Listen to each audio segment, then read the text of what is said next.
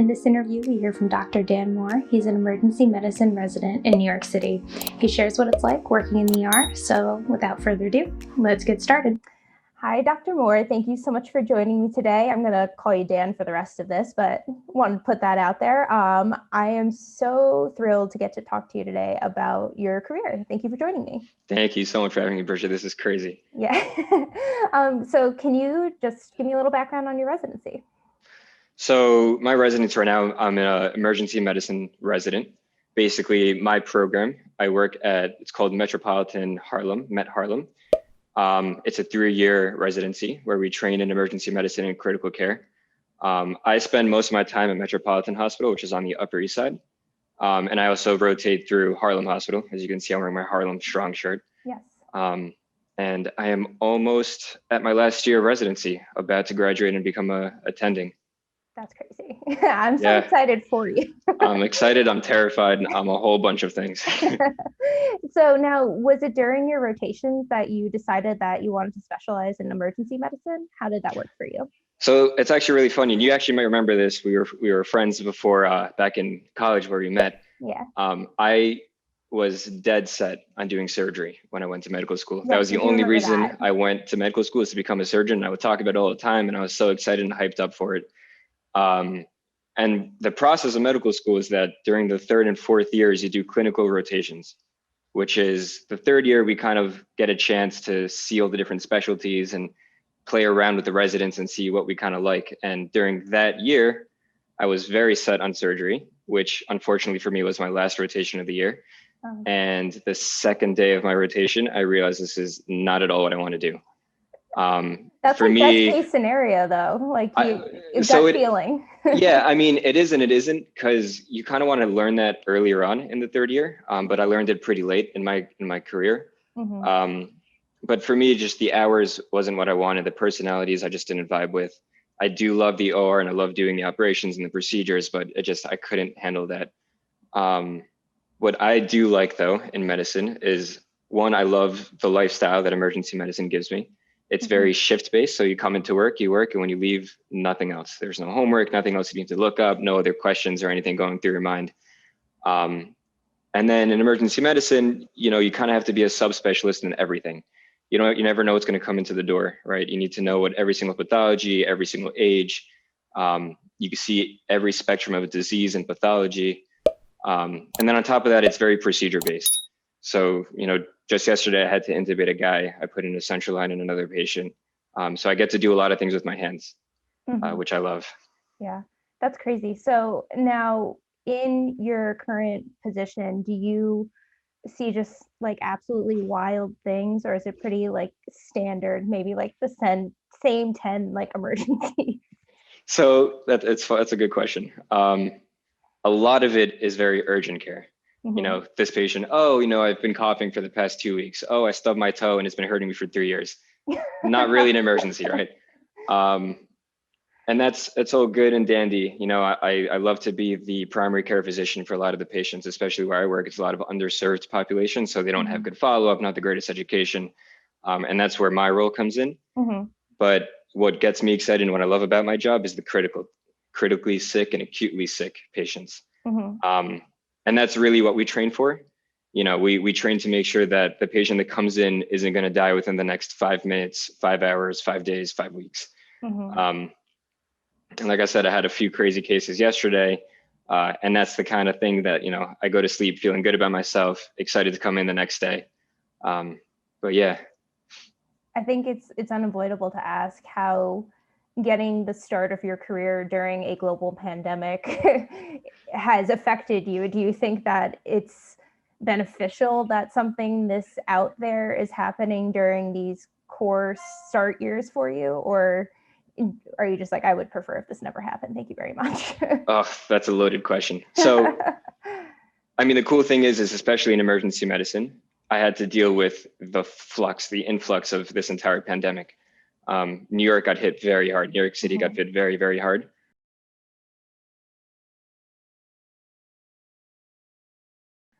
So when it first happened, it was terrifying. I mean, we were wearing like 3 garbage bags full of PPE. We had 2 masks on. We had the visors on all the time. every single patient that came in was a COVID patient. We were intubating left and right. Every single day we had different procedures and protocols because no one really knew what was going on, which was both exciting and terrifying, and just a whole lot of emotions very quickly with little time to process. But now that we have a better grasp on what it is and what's happening, it's almost a little bit of a downset to my job. Patients aren't coming in as frequently. The emergency medicine world right now is a little bit at a standstill. I know some of my colleagues are having difficulties finding jobs because the patient volume is so low. People, in my experience right now, tend to be focusing more on telemedicine and outpatient follow-up, which is great for their health. But for emergency medicine, I don't see as many patients as I usually do. But that's changing. That's slowly picking up. Things are starting to come back to the way they were before. And that's comforting for me because I'm about to be on the job market in about a year.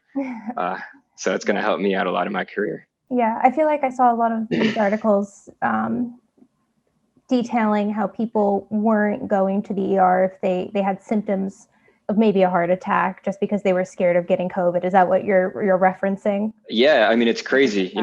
For like a month, it was only COVID patients, right? Like what happened to all the heart failure patients, the diabetics, what happened to all these people that we used to see all the time that were actually sick? They're just not coming in anymore. But now we're starting to see them again. We had a couple of good ones yesterday. And like I keep saying, I just keep mentioning yesterday was a crazy shift, one of the craziest shifts I've ever had. So I'm going to keep mentioning it. Wow. So you mentioned a little bit earlier that you didn't mesh well with the types of personalities that tend to end up working in surgery. What about working in the ER environment, personality-wise, do you think fits well for you? So in medicine in general, there's this kind of stereotype of different personalities and different specialties. And not that the stereotypes are always true, but like I'll give you a couple of examples. The ortho guys, the bone specialists, are very bro-y and fratty, and they like to go out and party and drink and all that stuff. And then surgeons are very type A and aggressive, and the ER are usually like chill and laid back and relaxed. Obviously, people are different in every type of specialty, but when I rotated at the hospital that I'm currently working at, all of the residents were super, super laid back, really, really fun. They used to do their shifts and then go out drinking and hanging out afterwards. And then they would hang out as friends, and then they would come into work together.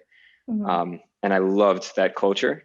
Yeah. And it actually carried through now in my career because a couple of the attendings that I work under were residents with me when I was an intern. So when I first started, they were my seniors and they graduated, and then they became attendings, full-time positions at the job that I'm working at. So now when we work night shifts, I'm like working with my friends, taking care of a whole bunch of sick people. And it's just a really fun, cool experience. It's a really nice culture. That's awesome. And now, just out of curiosity, do you see yourself ever moving out of New York City and practicing medicine elsewhere? Or do you feel like you got your start there and that's kind of the place to be? So that's, again, perfect timing. So now that I'm almost starting to look and I'm a little bit concerned about this market, I have been looking at all these different options. A big decision, especially in emergency medicine, is location. Supply and demand of jobs kind of varies with like the finances of it. I've recently been thinking about moving out of New York City. I've kind of been saying that my entire life, but I keep getting stuck in New York. Like I wanted to get out of New York for college and I ended up in Binghamton. I wanted to get out of New York for med school. I ended up on Long Island. So now I think I'm officially going to try to do it. And I might move south, maybe something in Florida, maybe Texas. I think I just want to like experience a different style. And also in medicine, it's also interesting is that every different geography has different pathology. So things you'll see in Texas won't be things that I'll be seeing in New York City, Florida, and I'll just get more experience that way, in my opinion. And I think financially speaking as well, it's a little bit easier to get ahead in different states. New York City, it's a little bit tough with the taxes and everything, and the demand is so high here. But I'm probably going to end up coming back to New York City. I mean, how can you not? New York City is the greatest. As an original New Yorker who left New York, I can say it is nice to see other places, but it's also really nice to visit home. Yeah, you miss it, don't you? New York City's the best. Gosh, how do we move on from there? I think I would love to hear if there's anything that you have learned or experienced that you didn't expect to, whether it was, during your rotations in med school or like currently. And this is kind of like on a sadder note, but a lot of things that you just hear stories about, I actually see. Mm-hmm. So I see different parts of humanity that I, just heard stories about and I knew that they happened. Mm-hmm. But then seeing it is a completely different story. It's tough. You see people die all the time. Someone once told me every single kid that you see die, you will remember, which has been true for me so far. Mm-hmm. I know 4 cases that I've been a part of. We had a guy the other day jumped off a 35-story building and had bones sticking out of everywhere. Again, that's a story, but when you see it in person, it just changes you a little bit. Mm-hmm. Human trafficking, I've seen a couple cases of that come in. I've seen sexual abuse and rape and just kind of like the worst parts of humanity.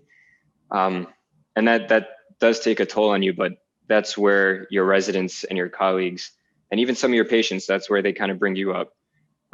Having someone that understands that part of your life, being able to talk to them with like your colleagues is fantastic, which is why I love my residency, because we're very good about that. And then you have some of the patients, that maybe the undereducated patients or the ones that don't have good primary care follow-up, they really look up to and they really take what you say with not just a grain of salt, but they really believe in it wholeheartedly. And they come to you for advice and they ask you for different things. And then seeing them walk away saying thank you and legitimately appreciating the work you did for them is the balance that you need in this job. And that really helps. Yeah, that's incredible. Yeah. Working with your team, so not just other doctors, maybe nurses, what is that dynamic like in, let's say, an emergency situation, case does come in, critical care? Yeah, so again, interesting. So residency, I came in pretty young. I started when I was 26, I want to say. And as a physician, as a resident, on the hierarchy of medicine, technically I'm above the nurse. So if I ask for something that a nurse to do, I give an order and the nurse has to accomplish that order for me. And that's how most people know medicine to work. But in reality, it's very team-based. Nurses have every single right to say, I'm not comfortable doing this. And if you need to explain things to them. And then when I start at 26, a lot of the nurses I work with are, twice my age. And they've been working for 15 years, 20 years in medicine. And I just came out fresh out of med school. And all of a sudden I'm giving orders to these people that just see me as a young face who doesn't know anything. So teamwork and trust and that communication you have as a team is everything in medicine, especially during the critical cases. Mm-hmm. You can't get anything done if you don't have people that trust you and don't know you. It's great to know everybody by name. It's great to know their backstory and their personal life. It's good to hang out with people and to see them outside of work so you get a better idea of who they are. And just listen to everybody, because someone who's been working there for 30 years, who you might think is an idiot, will all of a sudden turn around and tell you something about a critical case that you never even thought of that can change and save a person's life. Mm-hmm. I've been working really hard since I started medicine to never get into that mindset that I'm above anybody, but I've seen other people that have that disagreement in their head, and I've seen it just go haywire, where Mm-hmm. critical cases didn't work too well, and the teamwork was so off that just things didn't get done. But yeah, so that communication, that teamwork, and that responsibility to the patient and not to your own ego is everything in medicine. So jumping a little bit, what are the different, this might seem like a silly question, but what are the different settings that you can work in? Obviously, you can work in a hospital, but are there like physicians groups? Can other people who are interested in it commission in the military as a doctor, or Doctors Without Borders, things like that? Are you aware of options? 100%. And now I'm going to brag a little bit, because I think emergency medicine is the coolest specialty. So we can do a fellowship in anything. We can work disaster medicine, we can work mass casualty medicine, we can do flight medicine, where you could be the sole provider on an airplane providing for a patient across seas. We can work like at these huge marathons. I forget what it's called, but there's this huge race that they do somewhere in this big desert. It's like 150 something miles, and you could be like the medical director for the entire thing. Wow. I know a bunch of people that sign up with the military and they become military doctors, which has some amazing benefits that I almost did, but I just didn't want to commit that span of my life to it. But kudos to those that do. So you can really expand past anywhere. Another thing that you can do that a lot of people don't realize is that you can have a career outside of medicine. You can finish an entire residency, become an official board physician, and then end up working in administration, or you could be the chair of a department of a hospital, or you can open up your own urgent care. You can have your own outpatient clinic, or you can open up your own telemedicine clinic. You can really do a whole bunch of things that I didn't even realize that you can do when I signed up to be in the medicine world. A lot of people I know actually have a master's in business before they come into medicine, which I think is a good idea if you can dedicate that time and if you have the interest, because you can just get your medical degree, finish up a residency, and then just work the business out of it. It's really a way bigger world than I thought when I first started. Yeah, I just wanted to be the cool doctor in the hospital. Yeah, I had no idea about any of that. I feel like something that I've seen, I don't want to say trending, but that has been becoming more popular is being a physician assistant. How, in your knowledge, does that path different than becoming like a doctor? So there are a lot of pros to becoming a physician assistant. I can just quickly kind of like shotgun a few, but yeah, go for it. From what I know from the PAs that I know and that I work with, their schooling is less. It's 3 years. It's usually cheaper, mostly because they just don't pay for that last year that we have to pay for. They don't typically have to do a residency, meaning that if they decide they want to work emergency medicine, they could do that. And then 6 years down the line, they want to go into surgery, they can just do that. As a physician, if I want to switch to surgery, I would have to go back to residency, complete a 5-year residency in surgery, and then I can become a surgeon. That alone is a lot of flexibility that a lot of PAs like, and that's what they go for. Financially speaking, they still, they do great. They do work alongside a lot of doctors.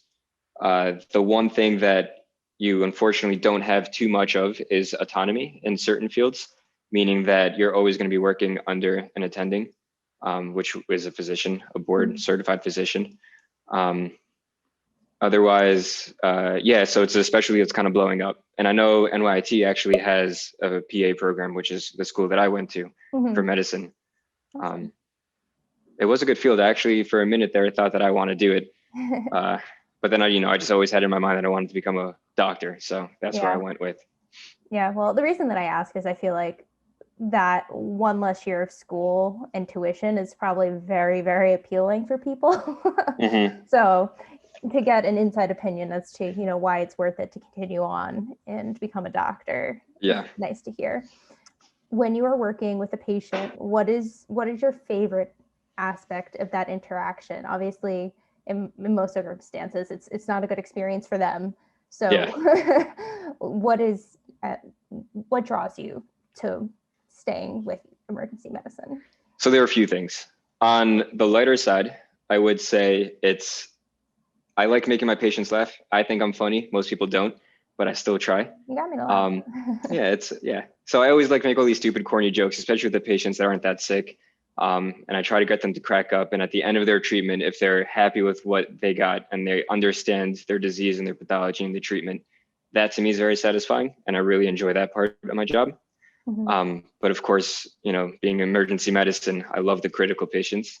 And the critical patients don't talk as much. So I don't get that much of that interaction. But the very fast-paced, like hard, quick decisions that you have to make at the bedside, and you see very quick changes based off of your interventions, that part I think is very satisfying. Cardiac arrests come in all the time. So patients that are full-blown, not breathing, heart's not working, we're doing CPR.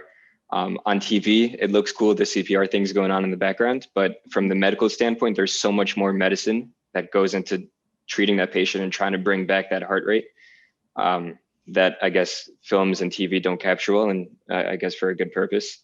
That part I really enjoy. The patients that come in with like acute pulmonary edema, the CHF exacerbations, the COPD exacerbations, all these big technical medical cases that are very critical, that's a huge part of my job that I enjoy. And now maybe on the flip side, do you have any like pet peeves?